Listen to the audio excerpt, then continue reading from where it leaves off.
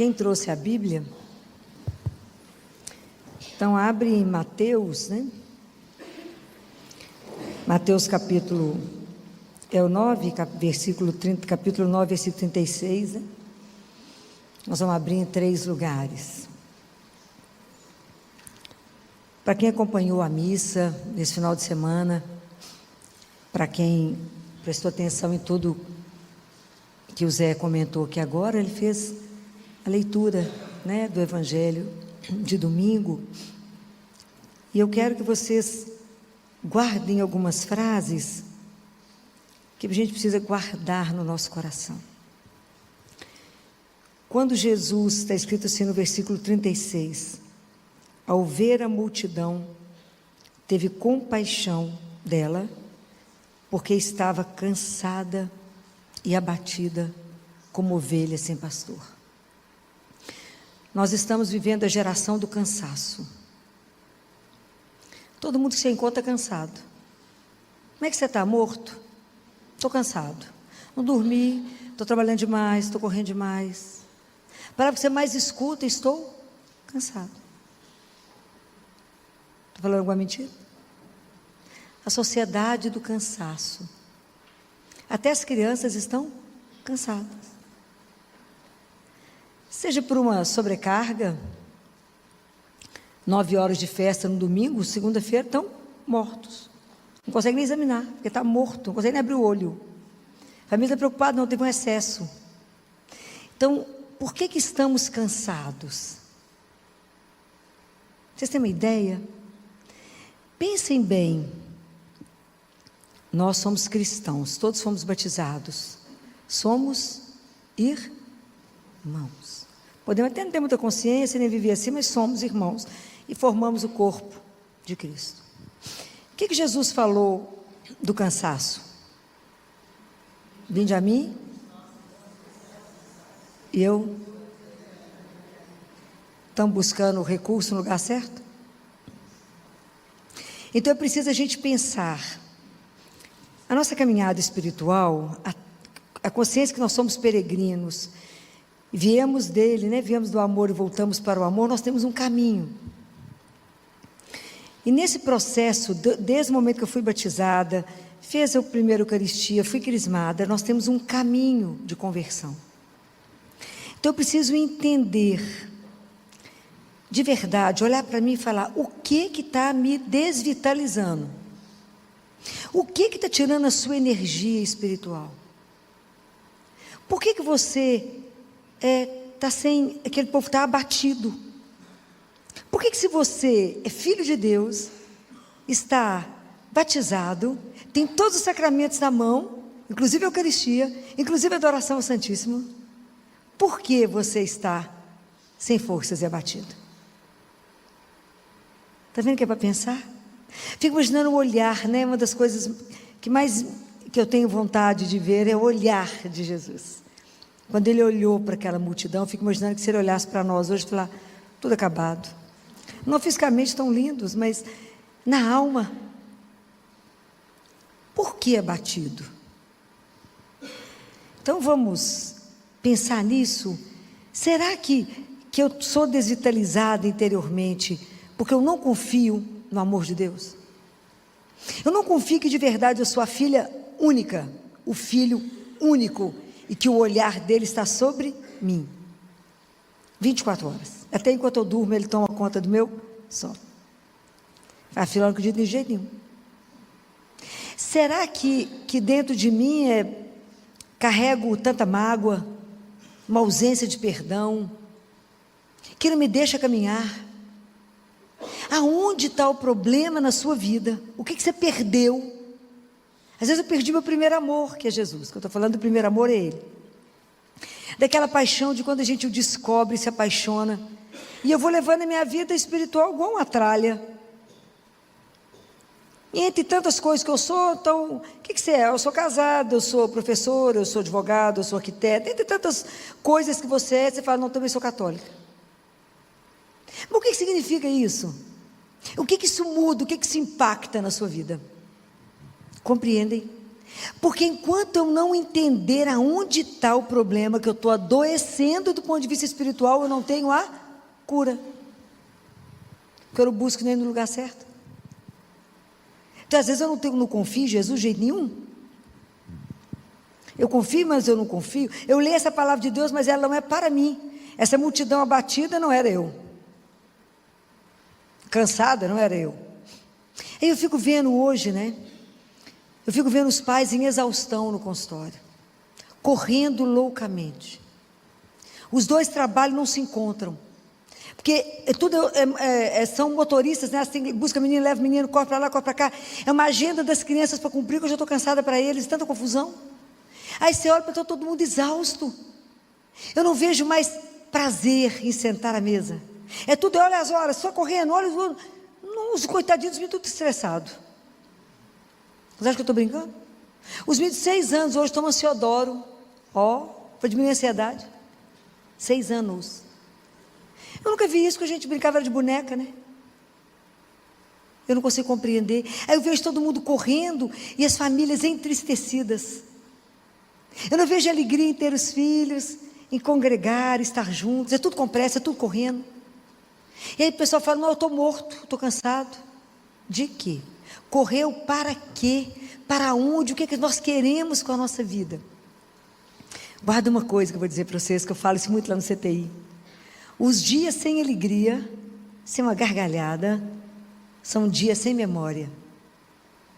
Pare e pensa o quão pouco você está rindo. De verdade. Aquela alegria por nada, do fundo da alma. Aquela alegria que é a assinatura de Deus dentro de nós. Então eu acho que a gente faz tudo correndo, a gente reza correndo, faz tudo correndo, beija correndo, fala com o marido correndo, tudo é rápido, porque eu tenho pressa, pouco tempo para dormir. Então a gente entra na igreja e sai da igreja do mesmo jeito, não dá tempo nem de Jesus chegar perto, porque nós já vamos embora correndo, porque está com pressa, para nada. Então, quando a gente pensa no projeto inicial de Deus, o projeto inicial era assim, lá em Êxodo, nós lemos na missa, domingo, a primeira leitura de Êxodo, vocês imaginam, o povo acampou de perto da montanha, e Moisés só para conversar com Deus. Gente, isso é uma coisa surreal, né? Isso me deixa extasiada. Aí sobe Moisés, Deus orienta e fala, Moisés, olha, vocês viram o que eu fiz, porque eu carreguei vocês como sobre as asas de águia, vocês cantaram aqui, e trouxe vocês até a mim. Então, agora se ouvirdes a minha voz e guardardes a minha aliança, sereis para mim uma propriedade peculiar entre todos os povos, porque a terra é minha, toda a terra é minha. Vós sereis para mim um reino de sacerdotes, uma nação santa. Santo quer dizer separado. Então ele pegou a gente e separou, ok? Isso é ser santo, ele pegou e separou. E vocês serão para mim um reino, misericórdia, um reino de sacerdotes. Então aqui Deus fez se eu tiver que traduzir esse evangelho numa palavra, qual que é a palavra? Deus fez o que com o povo? Uma aliança, ok? Muito obrigada. Deus fez uma aliança. E aí a gente no evangelho, na primeira carta dos Coríntios, carta aos Romanos, o capítulo 5, a gente vai entender por que ele fez isso. Paulo falou, por que ele fez isso? Por causa do amor. Por que ele pegou esse povo, para fazer desse povo um povo de sacerdotes? Ele fez por amor. Paulo revelou aqui, está no carta aos Romanos, capítulo 5, e fala, porque quando a gente ainda era fraco, Deus nos amou. Quando a gente era pecador, quando a gente era inimigo de Deus, Deus nos amou. Então presta atenção, ele fez uma aliança, separou aquele povo para ser um reino de sacerdote, por amor, para o quê? Como é que traduz a palavra do evangelho desse domingo? Jesus viu o povo abatido, chamou os discípulos e falou, vai curar os leprosos, vai ressuscitar os mortos, vai dar vida, avisa que o reino de Deus está próximo. Isso é o quê?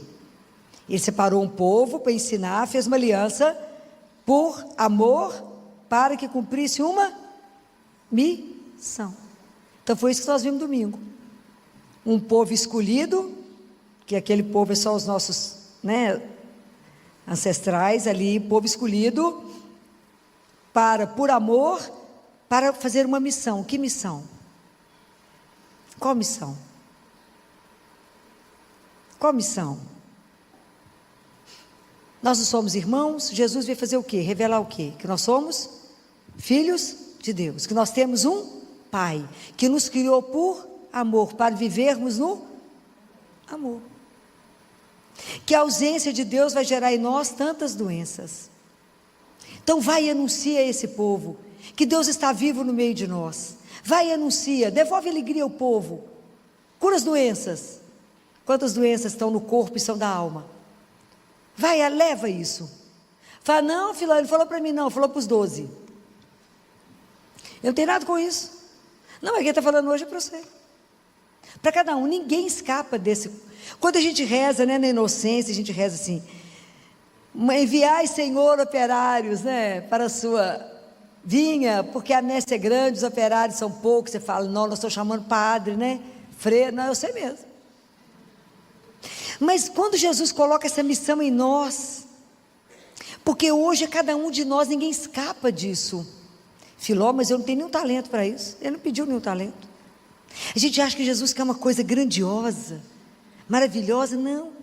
Ele quer você dentro da sua casa, dentro do seu trabalho, aonde você estiver, vivendo como cristão, dando testemunho de que crê em Deus. Isso hoje em dia não é brincadeira.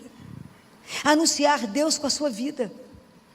A fé verdadeira é aquela que não contradiz pelos meus atos o que eu falo. Ok? Então eu não posso falar que creio em Deus e ter uma atitude de desespero. Eu creio em quem? Em Deus. Então eu não posso, a minha fé, ela tem que sustentar a minha vida. Compreende como é que eu tenho que passar por um processo de conversão? Então por que eu preciso me ver e falar, por que eu estou desvitalizada? Por que eu não consigo anunciar Jesus, se eu não consigo falar dele, pela minha vida? Por que eu não consigo ser dócil? Por que eu não consigo ser gentil? Por que eu não consigo ser generosa? Por que a fofoca me atrai tanto? E eu fico louca para falar dos outros. Nó, passou uma fulana, achei a roupa horrorosa. Estou louca para falar com alguém, que a roupa dela está horrível. Não consigo guardar a língua. E São Tiago fala, o dia que a gente aprender a frear a língua, nós salvamos o corpo. Nós não conseguimos. Não conseguimos não julgar. Não conseguimos não condenar. E ele pediu para fazer isso no Evangelho. E se a gente, na verdade, nos mandamentos de Deus, se a gente quebra um, nós quebramos os 10. Porque na verdade, os mandamentos de Deus correspondem a amar a Ele e amar o irmão, porque a gente transborda de amor por ele. Então compreende que a responsabilidade é sua da hora que você levanta. Então a gente tem muito hábito de entrar nos lugares e fazer o sinal da cruz. Você entendeu por que você fez o sinal da cruz? Que a partir daquele momento, o que você falar, o que você pensar, o que você agir em nome do Pai, do Filho e do Espírito Santo, mas a gente faz tudo automático. A gente não está fazendo o sinal da cruz, não presta atenção não. Mas é em nome dele. A gente deveria começar as reuniões e falar assim: que Deus inspire os nossos pensamentos e nos dê a graça de cumprir. Porque até para pensar, ter um pensamento bom, nós dependemos de Deus. Então quando eu sou ofendido, quando alguém me magoa, me ofende, como é que eu dou um testemunho? Não matando, não falando mal, não vingando, que a gente fica assim, mas você vai ver o que eu vou fazer na próxima. Não é assim? A gente é traído, quer trair. Alguém fez alguma coisa, eu falo, vou dar o troco. É isso que ele ensinou? Não. Dar testemunho de Deus, de que a gente é cristão, que a gente é cidadão do céu, que está aqui de passagem, não é uma brincadeira. Mas para que eu possa fazer isso, a minha vida tem que estar fundamentada em 4 coisas. Quais são? Porque não é do nada, é um processo. O meu processo de conversão, ele é diário. Então, são 4 coisas que a nossa a nossa vida tem que estar fundamentada. A primeira é na fé dos discípulos. A nossa fé é apostólica, igreja católica, apostólica, porque veio dos apóstolos. Eles viram, eles foram testemunho ocular, eles caminharam com Jesus. Pode imaginar o que esses meninos viram. Quanta coisa eles fizeram. Então, eles viram, e nós acreditamos nisso. Então, na fé dos apóstolos. A segunda, na caridade, porque se eu sei que eu tenho um pai, você é meu irmão, é o mesmo Espírito em nós. A Eucaristia é a mesma que nós recebemos, mesmo que eu te ache uma chata, é a mesma, é o mesmo Cristo. E outro dia eu estava falando sobre isso. Quando você está diante de alguém que ainda não conheceu Jesus, ao que você estiver diante dele, reze e adore Jesus que está preso nele, que precisa ser libertado. Olhando para ele, fala: Jesus, eu quero rezar para que o Senhor consiga ser libertado dentro dele, que o Senhor está aí dentro. Há um mistério que Deus habita em nós, para que ele consiga permitir que o Senhor, a luz, passe a luz. É isso. Então, é a fé, o amor, a caridade, a Eucaristia. Nós temos que entender, gente, quanto nós somos agraciados, ter a graça de receber Jesus vivo todos os dias. Isso tem preço. Como é que a gente adoece ainda diante de Jesus vivo? Ele é a nossa força, Ele é a nossa luz, é Ele. Na época da pandemia, nós da área de saúde sofremos mais do que a média, porque nós somos desamparados, porque foi considerado serviço essencial somente a supermercado e farmácia, e esqueceu que o homem também é um ser espiritual. E nós tivemos que enfrentar tudo que a gente não imaginou que ia ter que viver, a lutar com uma doença, um inimigo que a gente não via, que ninguém conhecia, que ninguém sabia de nada, e tínhamos que ir todos os dias, fosse sábado, domingo, dia santo ou feriado. Nós fomos. Eu gravei muitos vídeos dentro da Santa Casa, para passar para o hospital inteiro, para que a gente não desistisse, que mesmo que a gente morresse, a gente estaria cumprindo a nossa missão. Mas nós fomos desamparados. Então eu lembro que eu, com alguns residentes, ficávamos, se eu chorar, vocês não espantem, porque foi uma cena, era muito forte. A gente ia para a porta do Colégio Arnaldo, da igreja, da capela, ajoelhava no chão e rezávamos o terço, pedindo a Deus força para enfrentar o que a gente não sabia.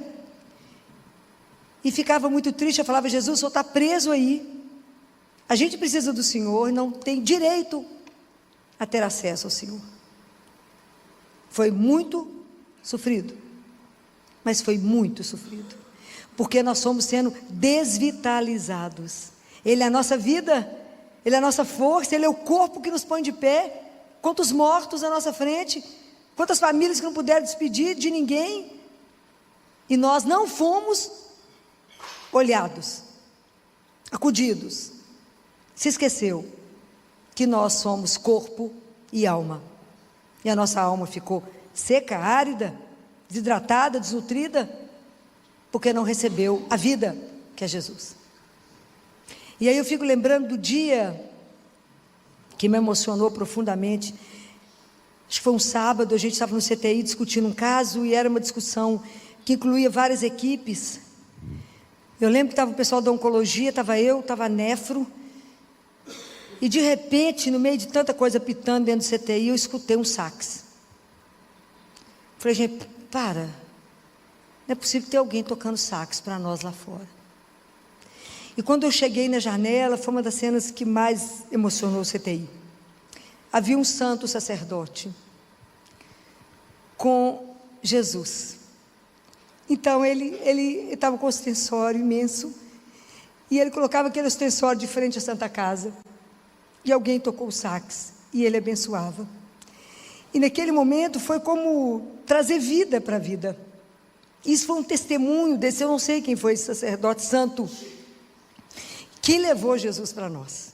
Que Deus testemunhe que no meio daquilo tudo, que a gente não estava só. E aquele homem tocava sax, o CTI parou. Chorou todo mundo, porque estava todo mundo exausto. Exausto. Sem perspectiva que ia acabar. Porque a ambulância não parava de chegar. A ambulância a gente só olhava os pezinhos chegando, porque da janela a gente via um pé, e pelo pé a gente falava, vai morrer, não vai morrer, vai dar conta, não vai dar conta, porque a gente olhava a situação, né? E era uma coisa surreal, a gente só via ambulância chegando, a coisa parecia não ter fim. E aí eu lembro direitinho desse, que aí a gente ficou todo mundo na janela, para receber a bênção. Você via as carinhas do povo na janela, e o padre com o ostensório.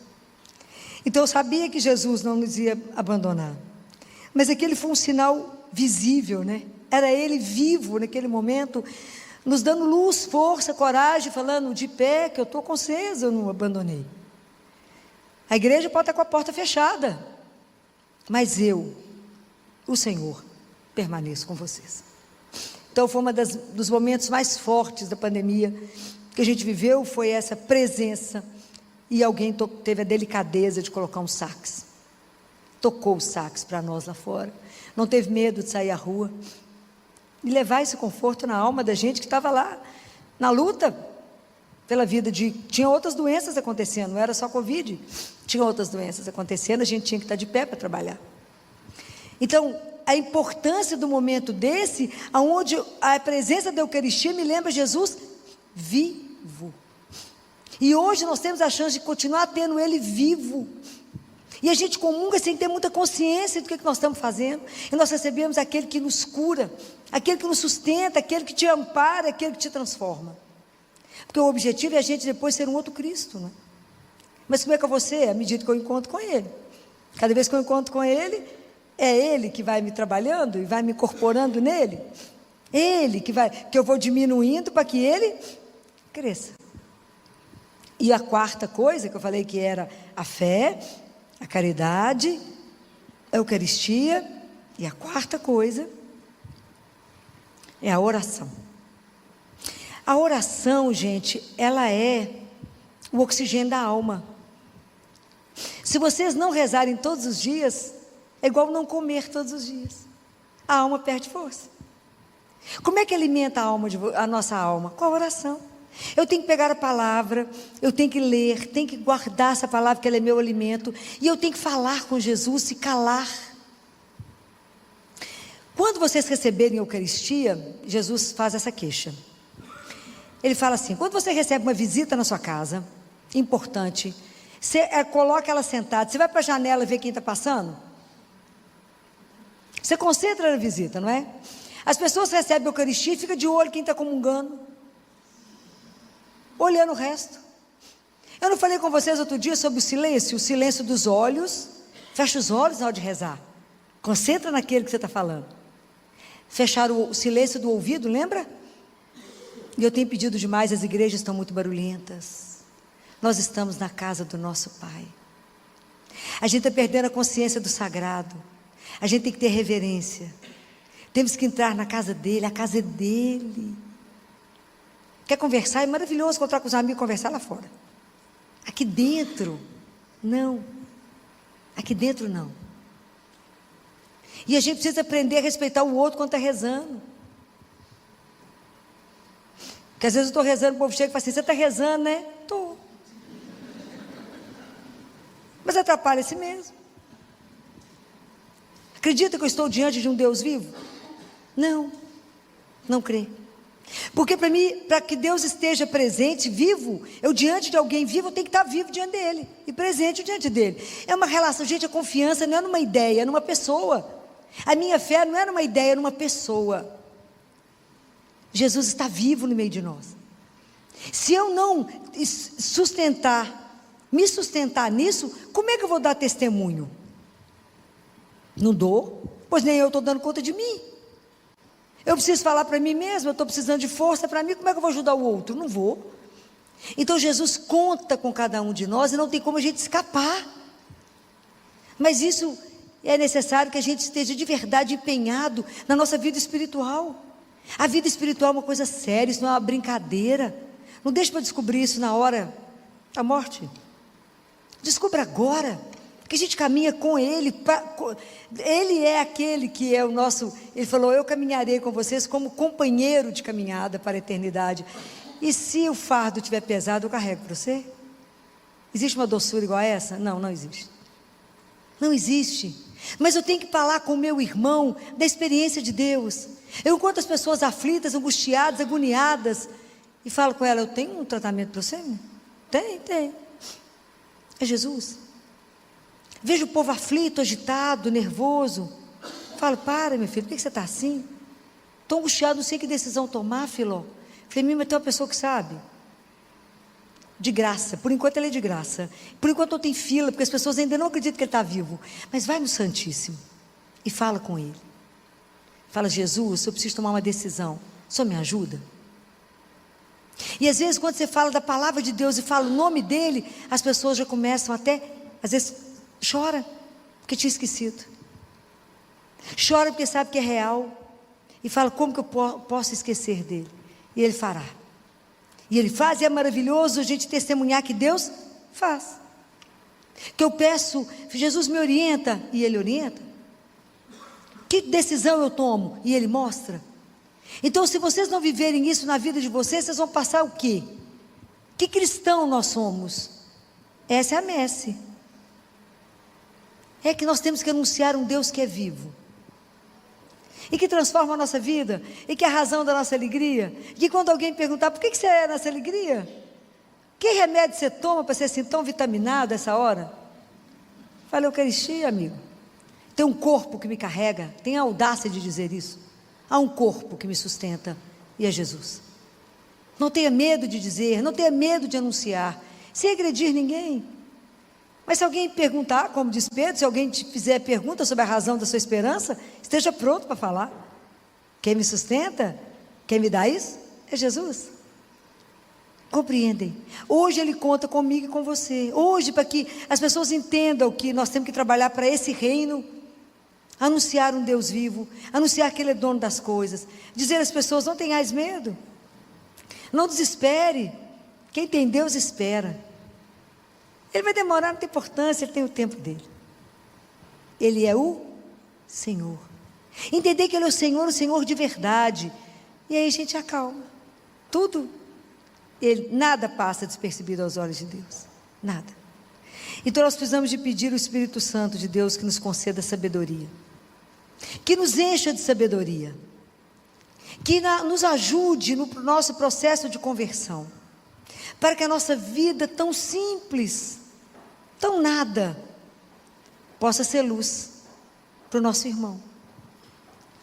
É preciso, mesmo que a gente seja uma seta torta, mal acabada, a gente não mostra, não é a gente mostra o autor, mas que a gente possa ter a convicção, a certeza de que Ele muda qualquer coisa. Ele é o Senhor. Anunciar isso, que essa história de amor é real, que a gente não é enganado. E tem uma pessoa que pode nos ajudar, que é a Mãe Santíssima. Ela nunca tirou os olhos de Jesus a partir do momento que Ele nasceu. Ela sempre teve os olhos voltados para Ele. Nós vamos pedir a ela que nos dê a graça de ter os olhos voltados para Ele. Pensar nele várias vezes ao dia. E falar com Jesus assim, pela manhã, já até falei isso com vocês. Como que o Senhor me sonha hoje? Como o Senhor me sonha hoje? Como é que o Senhor precisa de mim hoje? Aonde o Senhor quer que eu fale do Senhor hoje? Aonde tem uma terra árida precisando da sua água? Aonde tem alguém entristecido, deprimido, abatido, achando que a vida é esse nada?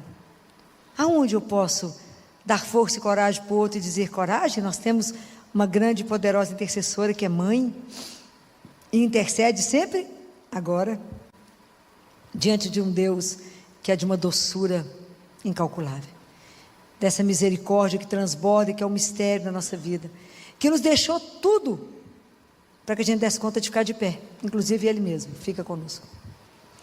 Então hoje eu vim cá dizer para vocês que essa missão que vocês rezam aqui é sua, é minha, é de cada um que está aqui hoje, e de todos os outros que irão nos ouvir. Os operários que Deus precisa é de cada um de nós. Nós somos os operários do reino. esse reino que Ele quer trazer aqui no mundo. O reino já está acontecendo. Aonde dois estão reunidos falando dele, o reino de Deus está acontecendo. Aonde alguém faz uma obra de caridade, o reino de Deus está acontecendo. Porque o reino de Deus é amor. Aonde existe amor, Deus está. Então, que Deus nos dê a graça, por intercessão do Imaculado Coração de Maria, a graça da nossa conversão. E vou pedir a vocês, chame muitas vezes por dia o Espírito Santo de Deus.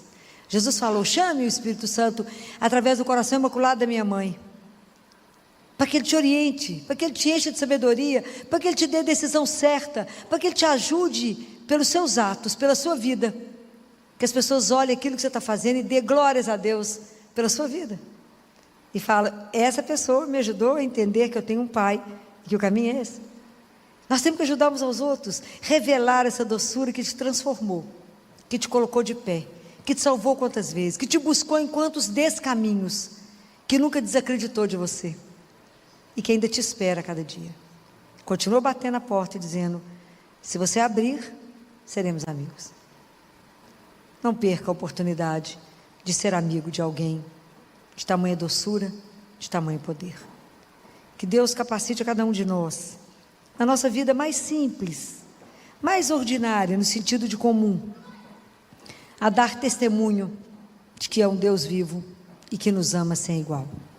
Louvado seja nosso Senhor Jesus Cristo.